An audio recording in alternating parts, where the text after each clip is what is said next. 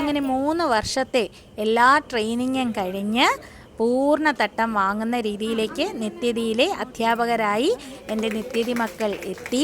അവർക്കെല്ലാവർക്കും അന്ന് എല്ലാ മക്കളിൽ നിന്നും പൂർണ്ണ തട്ടം ഗുരുദക്ഷിണയായി കരസ്ഥമാക്കി. പിന്നെ എനിക്ക് മക്കളെല്ലാവരും തന്നെ ഗുരുദക്ഷിണ തന്നിട്ടാണ് അവരവരുടേതായ തട്ടങ്ങൾ സ്വീകരിക്കാനായിട്ട് പോയതും. 12 മണി കഴിഞ്ഞപ്പോൾ തുടങ്ങിയ മേക്കപ്പ് ഏതാണ്ട് സന്ധ്യയ്ക്ക് 6-6:30 ആയപ്പോഴാണ് കംപ്ലീറ്റ് ആയത്. നമുക്ക് 8:40 രംഗപൂജ അരങ്ങേറ്റം.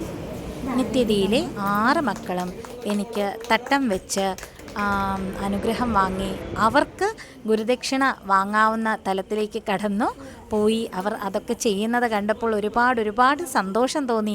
എന്തായിരുന്നോ എൻ്റെ മനസ്സിലെ ലക്ഷ്യങ്ങൾ അവയെല്ലാം ഓരോന്നോരോന്നായി ഇങ്ങനെ നടന്നു വരുന്നത് തന്നെയല്ലേ എൻ്റെ ഏറ്റവും വലിയ സന്തോഷം.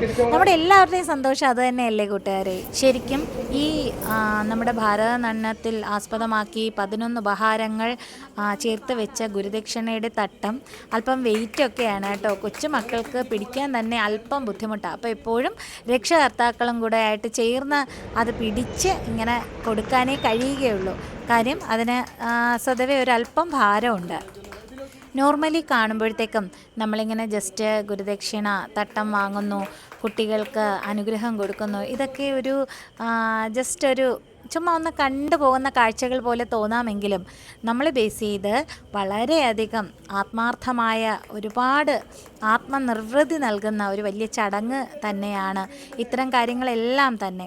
അവർക്ക് നൽകുന്ന ആ ഒരു അനുഗ്രഹത്തിൽ ആ മക്കൾ വളരെ മികവുറ്റ രീതിയിൽ അരങ്ങേറുമ്പോൾ, അതുപോലെ അവർക്കൊപ്പം നിന്ന് ഇത്തരം ഫോട്ടോ എടുക്കുമ്പോൾ, അവർക്ക് മൊമെൻറ്റോ കൊടുക്കുമ്പോൾ, അവരുമായിട്ട് എപ്പോഴും സഹകരിച്ച് എല്ലാ കാര്യങ്ങൾ ചെയ്യുമ്പോൾ, അവരുടെ സംശയങ്ങളെല്ലാം സാധൂകരിച്ച് കൊടുക്കുമ്പോൾ ഇതിലെല്ലാം കിട്ടുന്ന ഒരു സന്തോഷം എന്ന് പറയുന്നത് പറഞ്ഞറിയിക്കാൻ കഴിയുകയില്ല. അത്രത്തോളം മഹനീയമാണ്.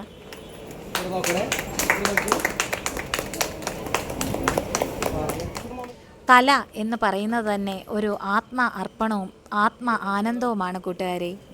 എല്ലാ മക്കൾക്കും ചിലങ്കയും കൊടുത്ത് എല്ലാവർക്കും രംഗപൂജ നിത്യതിയിൽ കഴിച്ചതിൻ്റെ മൊമെൻറ്റോയും കൊടുത്തു. മുന്നോട്ട് പോകുന്ന ഒരു ചുവടിലും ഒരു രീതിയിലും തെറ്റമോ ദോഷമോ ഒന്നും വരാതെ എന്നും ഈശ്വര സംരക്ഷണത്തിൽ തന്നെ ആയിരിക്കണേ എൻ്റെ മക്കൾ എന്ന പ്രാർത്ഥന ഈ സമയത്ത് മുഴുവൻ മനസ്സിൽ നിലനിൽക്കും. എപ്പോഴും മനസ്സിലത് നിറഞ്ഞിരിക്കും. നിത്യതി മക്കൾ എല്ലാവരും തന്നെ 6 പേരും മേക്കപ്പ് ചെയ്താണ് നിൽക്കുന്നത്. കാര്യം രംഗപൂജയുടെ ഇടയ്ക്കിടയ്ക്കുള്ള ഓരോ നൃത്തങ്ങളും അവരുടേതാണ്. കൃഷ്ണൻ്റെയും അയ്യപ്പൻ്റെയും ചേർത്തുള്ള 3 നൃത്തങ്ങളാണ് കൊറിയോഗ്രാഫി ചെയ്ത് വന്നിരിക്കുന്നത്.